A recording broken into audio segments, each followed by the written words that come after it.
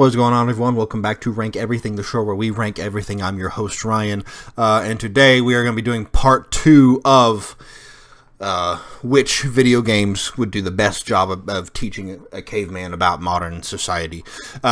So before we did roughly the first 50 games, and now we're going to do the next 50, sort of. Let's see. So, our last game for today, this isn't 50, but I'm just going to do these 4 rows. Our last game for today is going to be PT, so remember that shit. But yeah, so, once again, our tiers are Caveman goes back to hunting, Caveman is confused but entertained, Caveman sees how important violence is, Caveman invents Wi-Fi, and Caveman becomes new Amazon CEO. Okay, so our first game is Neon White, which... I'm sorry to anybody who loves this game. I have never heard of this game before, but it looks like a JRPG, and I feel like this is going to be the caveman's first legitimate interaction into modern Japanese society and their sort of games, or JRPGs. And, you know, it's going to be like super flashy, and all the characters are it's got crazy voice acting and animation and it's all like super stylized and all that other sort of stuff. I think he's going to be confused but entertained.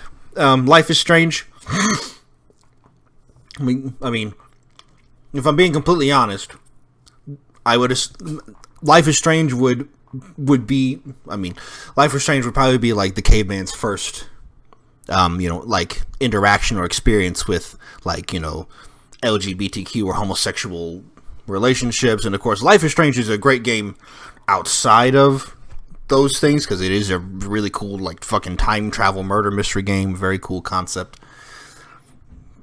And I think it's a game where you just do nothing but walk around and talk to people, and it's got intense segments, but I think he's just going to go back to hunting after that.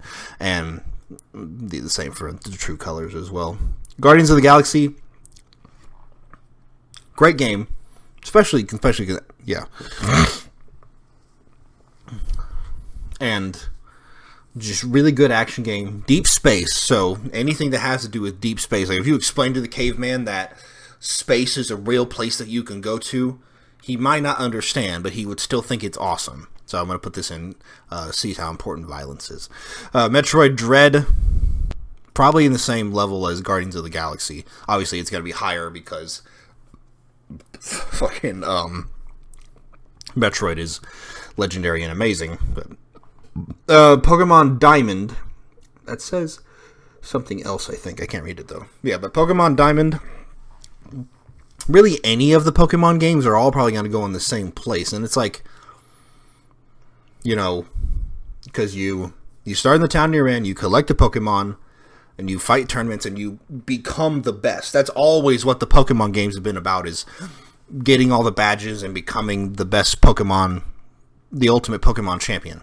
So there's not, like, the game is very simple in that aspect. Like, it doesn't have deep social conflict, and it doesn't make you think about what life might really be about and other stuff like that. I think the caveman would see, like, the wild animals, and maybe he'd feel right at home. So we'll put this in the violence category. Same with Arceus, whatever, however you say the name. Wario Get It Together, or like WarioWare Get It Together. It's like the WarioWare for the Switch or something. He'd be confused but entertained, because I think everybody who plays the WarioWare games are confused but entertained. Mario Party, if he falls into the same getting frustrated because he lost the bullshit game against whoever he's playing with, or against the PC, or against the CPU, he might get really, really upset. I think this game's also going to teach him about the importance of violence, all I'm saying. Call of Duty Vanguard, I remember seeing the trailer for this game, but I never saw any gameplay. I could not tell you what this game is about, what its main story is like. I couldn't tell you how it plays. I don't know. I know basically nothing about this game. I know basically nothing about Call of Duty Vanguard, but it's a Call of Duty game, so it certainly is going to teach him about violence. Forza Horizon, it's just like, do you think that a caveman has concept of a vehicle, this thing that you get inside of, and you go someplace while you're inside of it? Or do you think he's gonna think of it as like teleportation or like fucking time travel? I don't know. It might really blow his mind, so I'm gonna say he's confused but entertained. Gotham Knights, this is just another violence one because, I mean, it's just, I don't know anything about the Gotham Knights story, but it is the same combat style that was in the Arkham games. The Arkham games series, which is, of course, yeah, great combat. You know, revolutionary combat system with the press triangle or press Y to block and square or X to attack, all that really cool stuff. So Gotham Knight's definitely going to teach him about violence. Maybe he'll fall in love with comic books. That'd be cool. Monster Hunter Rise. So Rise specifically, I mean, it's just like anybody who plays Monster Hunter is doing it for the fighting. That is number one. That's number one always. And then from there you get into like the story of Rise is that like two of the characters are I don't know. It's really confusing. I've played the game and I remember, but I can't explain it good. But it's definitely going to teach him about violence. Kirby.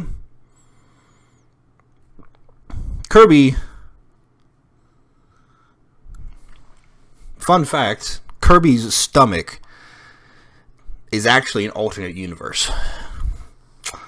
That's why he's able to eat endlessly, is because he's not just getting full, he's literally absorbing things into like an alternate dimension that exists inside of him or whatever.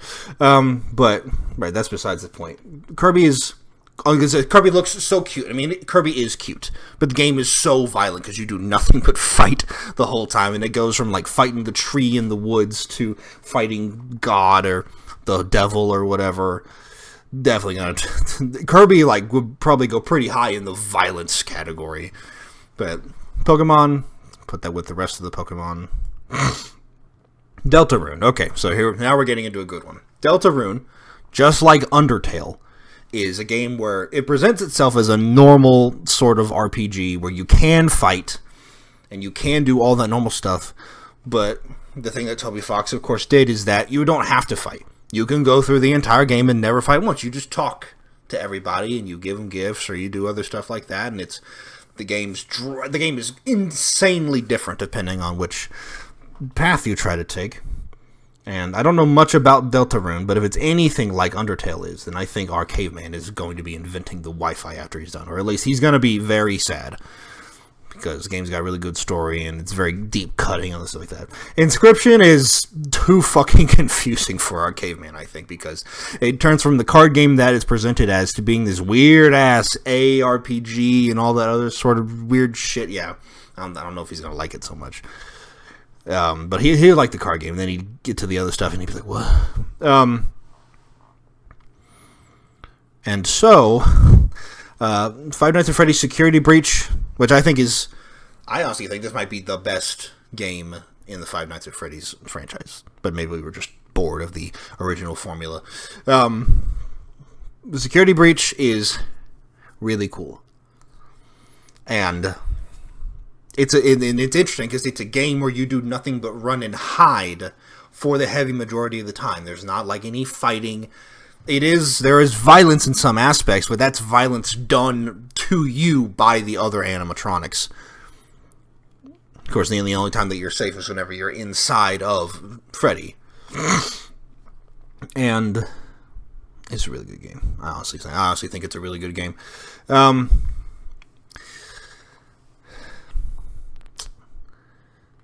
it's one of those things where just like playing this game is not going to be as impactful to the Caveman unless you, of course, made him play every other Five Nights at Freddy's game and you explained all the lore and you told him, these are the stakes and this is what these certain things could mean. I think he's going to be confused but entertained because he's probably never heard glam rock music before. Vampire Survivors. So this will be. No, because if he's playing all the other Sonics and like Dig Dug and Excite Bike, no, this would not be his first pixel game. But this game is Vampire Survivors is really cool in that, in the way that it is and the way the fighting is done. It's not very, I guess it is a big game because the game's got like infinite replayability, but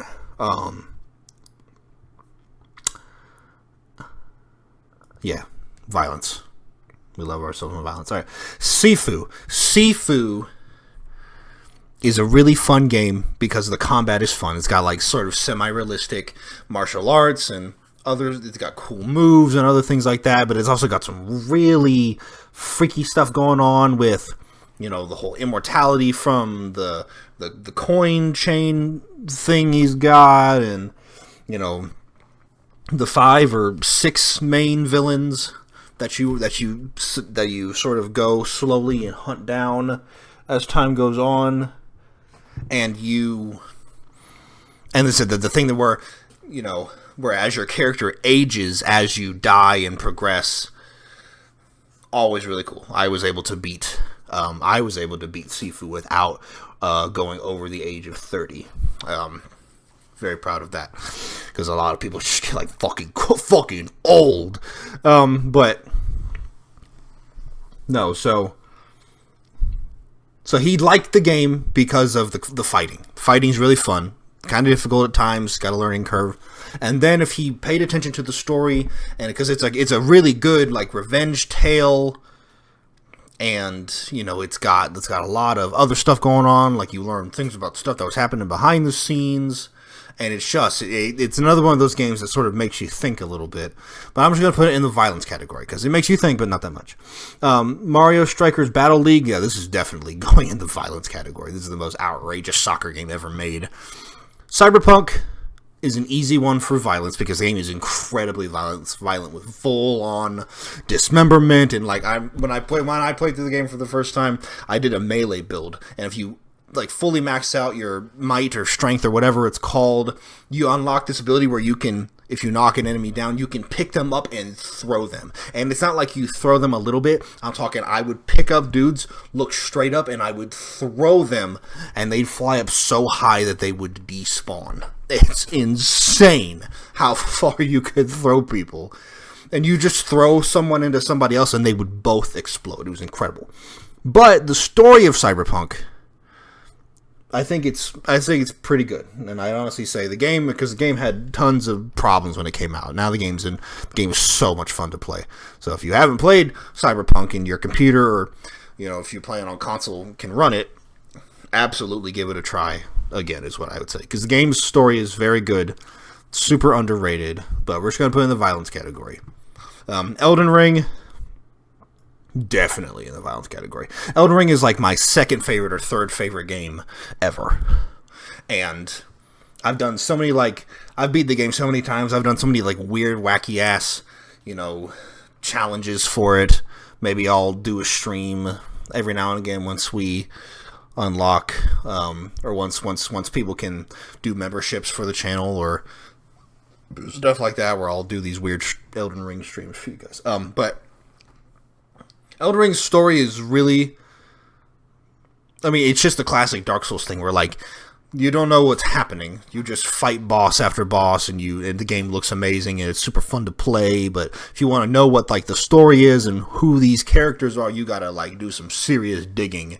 And there's a lot of lore when it comes to Elden Ring, and so... But for the Caveman, it's really just going to be about the fighting, because that's what it is for everybody. So it's definitely going to go in the violence category. The Quarry, I fucking hate these games. I hated The Quarry. I hated fucking whatever that other one was that took place, the Cabin in the Woods or whatever the hell that shit. I fucking hate these games. I'm so sick of them, and I just don't think they're very good, because it's not even a fucking game, if you ask me. It's just like an interactive movie. It's kind of how it feels, and I don't know. I really realized how much I hated them. But as far as what the Caveman thinks, I think the Caveman's gonna go back to hunting mammoths. Deathloop, made by the same. It's made by Bethesda, but I think it's made by the same team at Bethesda that made Dishonored. The Dishonored games is what I heard, and it's just a super fucking awesome. I've never played it, and I don't know anything about it, but I know it's violent, and that's all that the Caveman needs. Xenoblade Chronicles 3. This is another sort of JRPG thing. This is the kind of thing that, this game probably has a really good story, but that's not why the Caveman's going to be playing it, so it goes in the violence category. Multiverses. This game is literally just a fighting game, so it goes into violence. All right. The Modern Warfare 2 remake, at least I think this is supposed to be the remake and not just the stand-in for all the Modern Warfare 2s of the 2 that we've gotten so far. And so,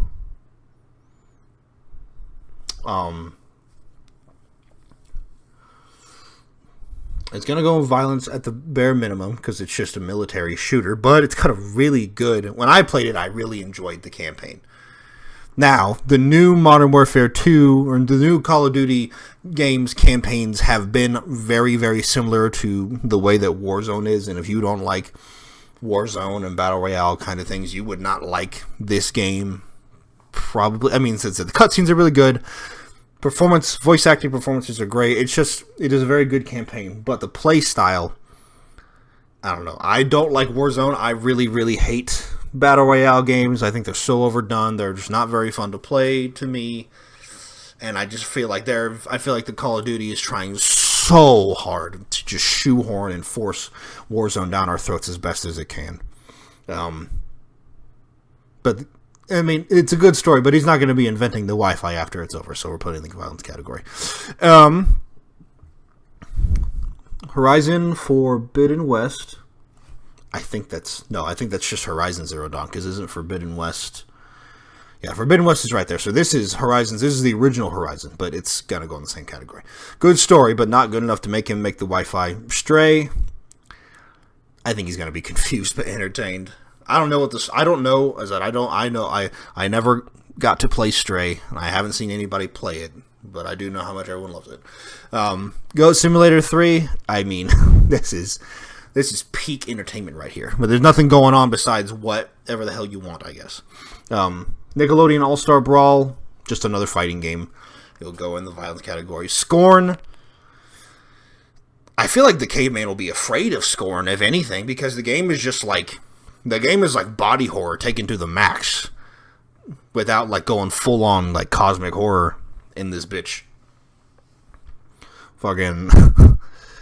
I seriously think that, gosh, I don't know. I think I saw Markiplier play Scorn, but I only watched like one video because that was all that was out at the time, and then I just haven't watched anything else. From what I know, apparently the game takes place like in hell, and your character goes through like the multiple different parts of hell and receives different torture and punishments for each one. It's really like, I don't know who this game is for. I mean, I guess it's technically classified as a horror game, but it's more like it's just gross.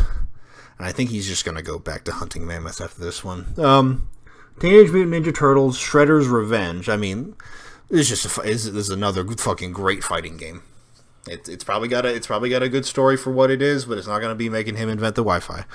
Cult of the Lamb.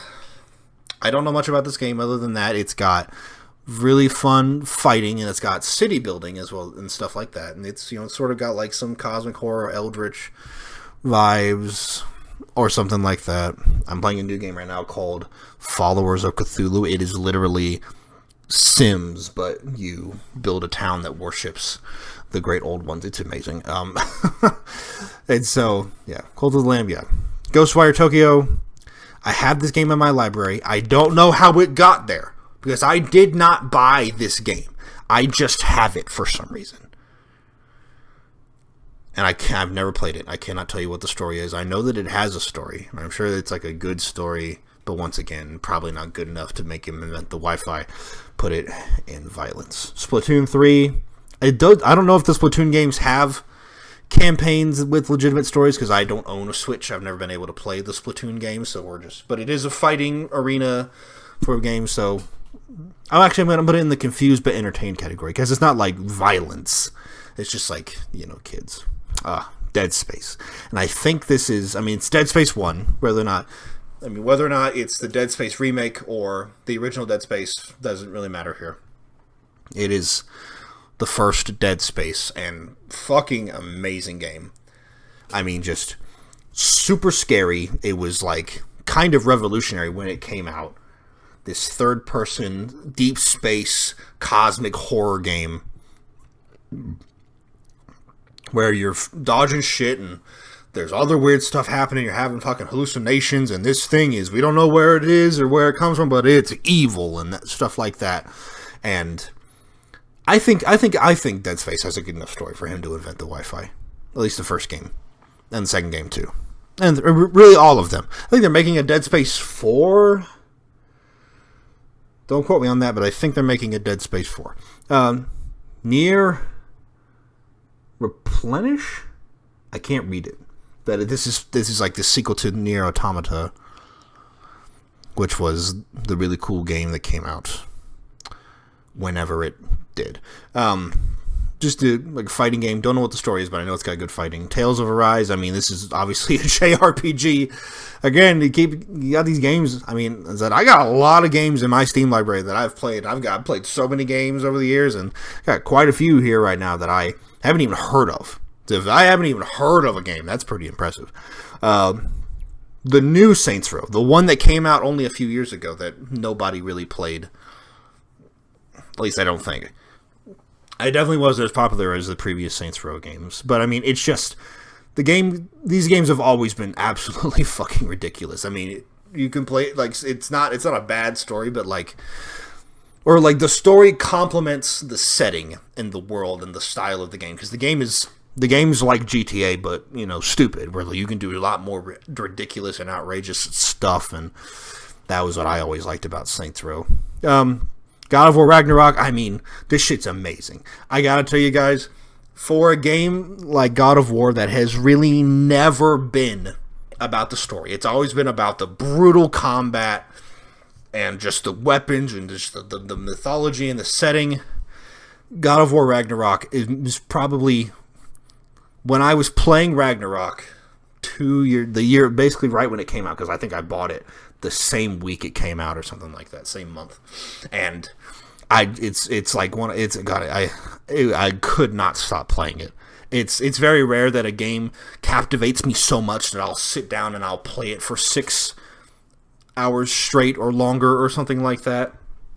But Jesus, God of War Ragnarok, I have never been so... I can't tell you the last time I have been that invested in the story of a game. This show is incredible. Yes, God of War Ragnarok definitely makes him... Well, but it doesn't teach him about modern society. Hold on a second. Gotta remember what the point of this is. This isn't me. This is the caveman. So, I mean, it teaches him about, like, fatherhood, because it teaches him, about Kratos and Atreus' relationship and their relationship, to other characters and how it pertains to them, but it doesn't take place... It takes place in a mythological setting, not modern day. And so, like, unless you're gonna be, like... Yeah, he just sees how important violence is. Sorry, Ragnarok. Another Pokemon game. With the Pokemon games. Overwatch 2. I mean, it's violent. Like, it's got fighting. It's a very fun team shooter. Or, fun is relative here. Depending on your definition of fun, absolutely. I don't know. Is it like one of those things where he's going to get more enjoyment out of the porn of this game than he is of the game itself? I'm not really sure. Honey Pop 2 Double Date. We're just going to put this in confused, but entertained. Hi-Fi Rush. Never played this game. Heard incredible things about it. It's probably just like a super fun, chill, relaxing game. Apparently it's got an incredible soundtrack and music. That's very... I mean, it's just like if you played... Why am I drawing a blank on this right now? It's the other game like this where you like skate around and you draw graffiti on stuff. Jet Set Radio. It's a lot like Jet Set Radio if you ever played that. Dying Light 2 was dog shit compared to the first game. But think about this for a second. It's got good fighting. It's not too different from the way that it was in the first game. Parkour. This might actually be our first like legitimate parkour game where you're mantling up stuff and climbing around. I mean, well, you got Assassin's Creed, I guess, if you want to count that fucking piece of shit right there. But it also has like this, it also plays around the concept of, the world has ended because of this zombie outbreak. So he'll learn about like, social conflict surrounding something that is internationally catastrophic like that. And then in Dying Light 2 specifically, I mean, you Well, just like in the first game, different people form different factions that want different things of good people and bad people.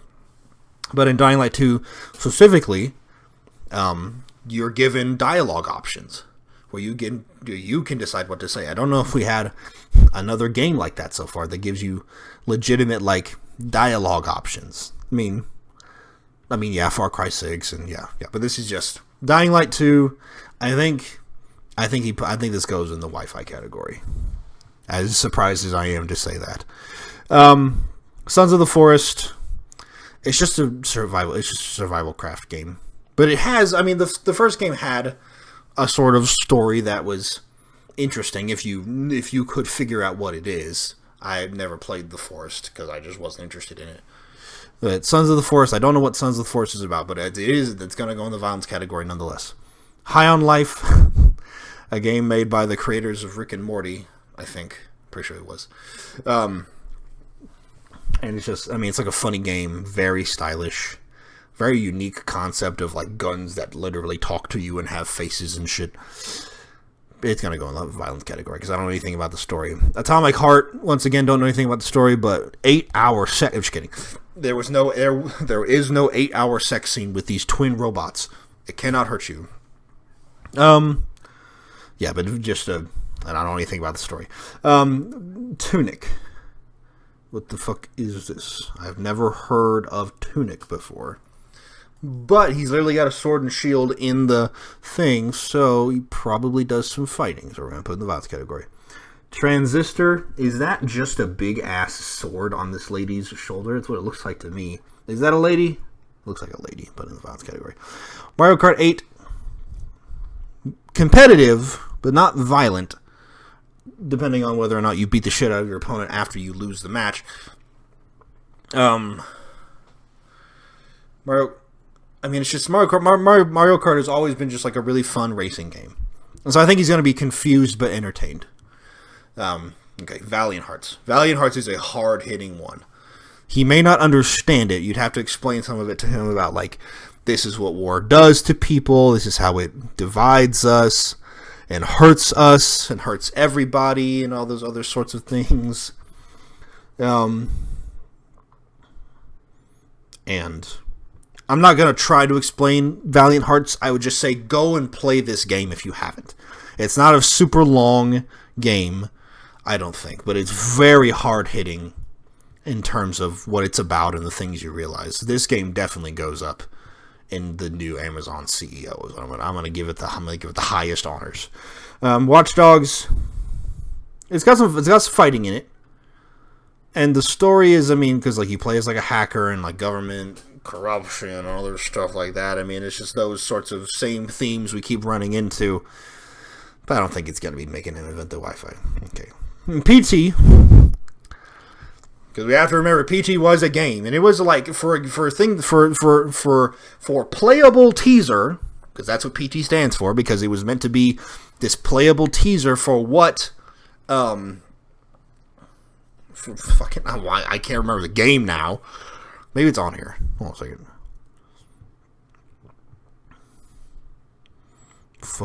Can I find it real quick? I don't know if I can.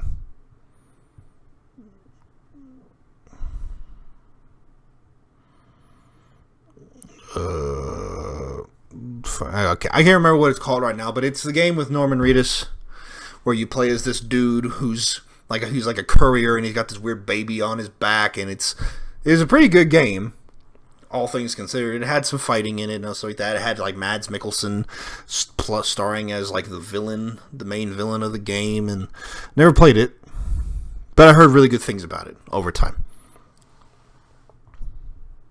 What is this game?